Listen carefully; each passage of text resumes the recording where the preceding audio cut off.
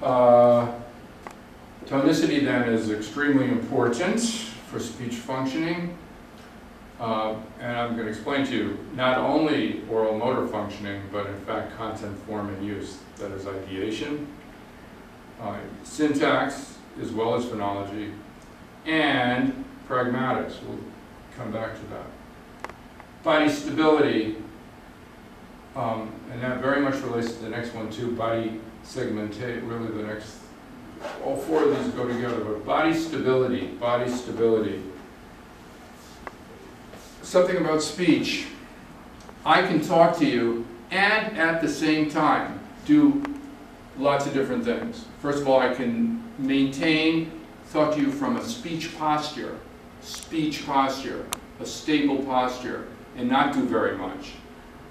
One popular speech posture is the one I'm doing right now. I'm standing and talking. That's what people do. They stand and talk. So standing is a speech posture. If I was not stable standing, as I said about the child with Rett syndrome, if I started falling over, I obviously wouldn't be, other than saying maybe help or oh my God, I wouldn't be talking. I'd try to not fall. So not being able to maintain that speech posture would interfere with speaking. And it would interfere with anything I'm doing. Another speech posture, if this was a regular classroom, you would see it, is sitting, right? Sitting in a chair.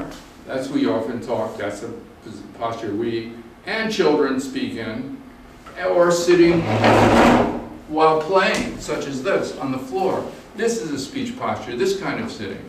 Now again, this is the position kids, as you know from your language samples, play in and talk in.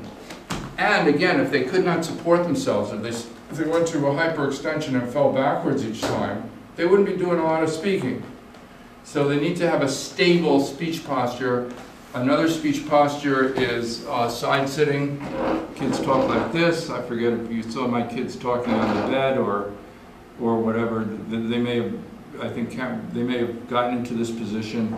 And another speech posture for young children is prone prop. By the way, I'm in prone, I'm on my belly. Prone. If I was on my back, I'd be in supine. Supine. So,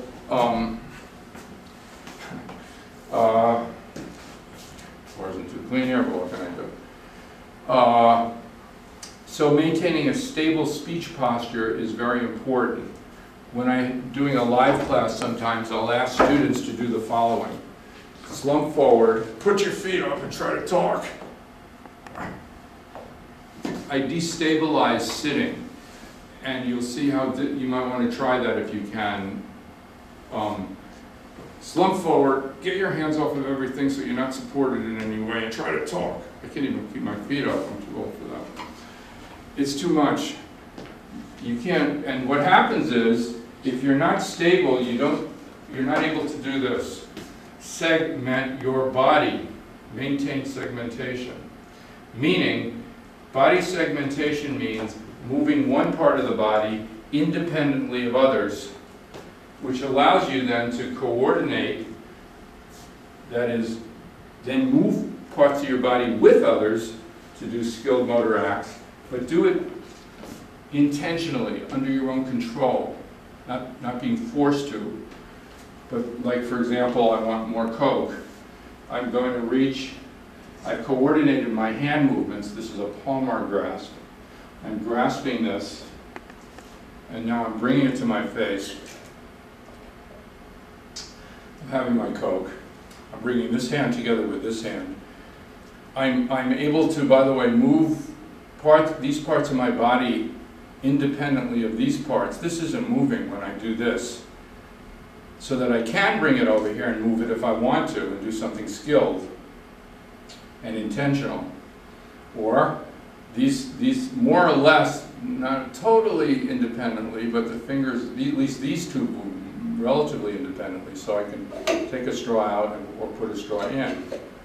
This, by the way, is a palmar grasp when I'm using my whole hand. This is a tripod grasp using 3 fingers.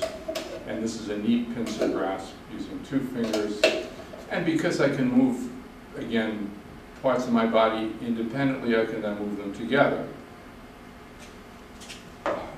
One part of the body I want to move independently from the rest of the body is my mouth. And that's because I want to be able to do things when I talk. So one thing, of course, I want to do is maintain a speech posture and talk, and not have sitting, my instability in sitting, standing, side sitting, prone propping, that any instability interfere with my oral motor movement, my articulation. But also I may want to talk, say, hey, I'm lecturing here, we're talking about sensory motor functioning. I can talk and put the spoon, I can actually talk and put the straw in at the same time. My tongue is not going with the straw. If it did, that'd be a problem. If I couldn't move my hand without moving my mouth, if my mouth movement somehow was connected to my hand movement, then I couldn't talk while I was doing this. Children couldn't talk when they played. I can do all kinds of things when I speak, even tap dance more or less, very less. I could throw a ball. All because my oral motor functioning is segmented from other parts of my body's functioning. Now, of course, the rest of my body is support. On one hand, it's a dialectic in a sense, that is an opposite. It sounds like a contradiction. There's a contradiction in there, but it supports things.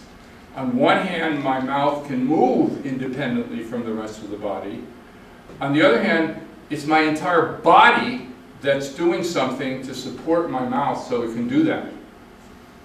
And not only my mouth, but all the components of my body, all the segments, and all of the different pieces around joints. These are called segments. My arms, this part of my arm around this joint, this part of my arm around this joint. These are all segments. Parts of my leg, my lower torso, my upper torso, etc., my head. These are all segments. The segments, by the way, that develop, the developmental sequence of segments are midline, proximal to the head and chest develop first. Head control comes. The upper extremities develop along with as the upper part of the body and the proximal part of the body develops. And last, over the first year of life, into the second year of life, the legs develop control. The child develops control over their legs. So going again with this body stability, and which supports body segmentation.